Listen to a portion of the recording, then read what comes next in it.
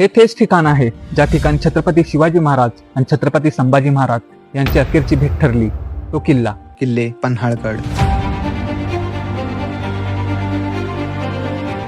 पन्हाळगडावरती तर हजारो लोक येतात, पण पन्हाळगडावरची ही प्राचीन जागा आणि तेच मंदिर ज्या ठिकाणी घडली होती पितापुत्रांची शेवटची भेट, ती जागा फार कमी लोकांना माहित आहे. ते कसं, तर पन्हाळगडावरती तशा भरपूर प्राचीन जागा आहेत आणि ठिकाणही ज्याचा इतिहास जगाला माहित आहे. तुम्ही बघू शकता या ठिकाणी खूप लोक आहेत,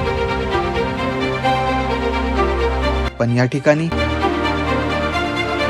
कुठे आहे हे ठिकाण का माहित नाही. बऱ्याच लोकांना ही जागा रस्ता सापडत नाही की खूप लांब आहे आणि कुठे दडलेलं आहे आपल्या दोन्ही राजांच्या एकाच वेळी एकाच ठिकाणी पदस्पर्शाने पावन झालेली ही भूमी आणि ती जागा. आणि हेच बघायला मी आज या पन्हाळगडावरच्या या मंदिरासमोर उभा आहे आणि उभा राहिल्यावर क्षणभर काळ थांबल्यासारखा वाटला. इथेच छत्रपती शिवाजी महाराजांनी श्री कृष्णेश्वर महादेवाचं दर्शन घेतलं आणि याच परिसरात इतिहासातील एक अत्यंत भावनिक क्षण घडला. आजही ही जागा त्या आठवणी जपून उभी आहे. दिलेर खानच्या छावणीतून सुखरूप सुटका करून युवराज छत्रपती संभाजी, पत्नी येसुबाई आणि कन्येसह पन्हाळगडावर परतले. छत्रपती शिवाजी राजांना ही बातमी रायगडावर कळाली. आपला पोटचा गोळा शंभू पन्हाळगडावरती आहे हे कळताच छत्रपती शिवाजी राजे पन्हाळगडावर आले. हीच पिता पुत्रांची अखेरची भेट. आणि या भेटीनंतर अवघ्या 4 महिन्यात छत्रपती शिवाजी राजे रयतेचा राजा शांतपणे मृत्यूचे बोट धरून निघून गेले. 3 एप्रिल 1680 रोजी छत्रपती शिवाजी राजांनी स्वराज्याकरिता जगणे शिकवले व छत्रपती संभाजी राजांनी स्वराज्याकरिता मरणे शिकवले.